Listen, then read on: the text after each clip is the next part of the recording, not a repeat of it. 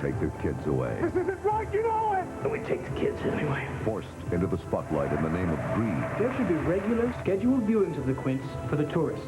We've got to get them out of there. A desperate couple fought for their children's return. My kids are put in a cage so strangers can stare at them. I make the decisions here. While the Dion Quints became a $1 million business. My baby girls, they're the celebrities. The entire world watched, but only their parents knew the truth. We're not allowed to have kisses, Mama. And 5 little girls were held hostage with no way out. Are you crazy? My girls are being abused. Beau Bridges in the amazing true story of children exploited by the government and the media.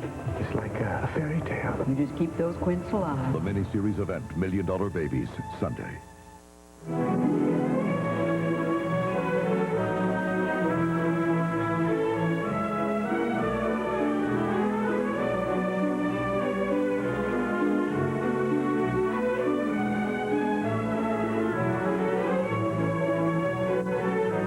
Starting Wednesday, spend your Thanksgiving weekend with us. Thanksgiving Eve, your holiday begins on CBS. Wednesday, gather the family for The Wizard of Oz. Then on Thanksgiving, Christie returns in an all-new holiday classic. Friday, share the magic of Disney and the music of Frank Sinatra. Sunday, James Garner returns in The Rockford Files. It's a 4-night Thanksgiving celebration starting Wednesday. Oscar winner Emma Thompson, the music of Baja, and a whole lot more tonight on The Late Show with David Letterman. Thanks for watching CBS, now your local news. Just ahead tonight, an incredible story out of New York about a woman doctors believed to be dead, but as we'll show you, that wasn't the case. Plus, after months of meetings and opposing opinions, the Yakima Airport master plan is taking shape. Also, today marks the 18th annual Great American Smokeout. We'll talk to celebrities about the habit they can't kick. Stay with us. This is KIMA. Now live from Yakima, Michelle Bingle, Alan Sillen Sports, and no-wait weather from Stu Simon. This is KIMA's NewsBeat at 11. And good evening. The controversial Yakima Airport master plan cleared an important hurdle today. The Airport Terminal Board approved the document this afternoon after making some last-minute changes. Board Chairman Bill Allman wants the plan to clearly reflect the importance of general aviation at the airport. The Airport Board and the community have indicated a desire to foster continued use of the airport by and growth of general aviation, regardless of the field's use for other purposes such as industrial development, air cargo, commercial and agricultural tendencies, and the community's airfare. You know, there's no crystal ball. It's just a plan. And everybody I meet on the street wants to take a baseball bat to us and beat us over the head for expanding the runways.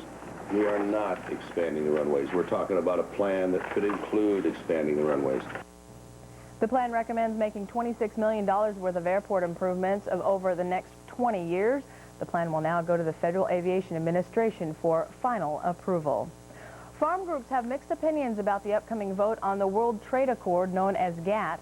While the American Farm Bureau Federation calls for quick passage of the General Agreement on Tariffs and Trade, the Washington State Farm Bureau is urging a slower approach.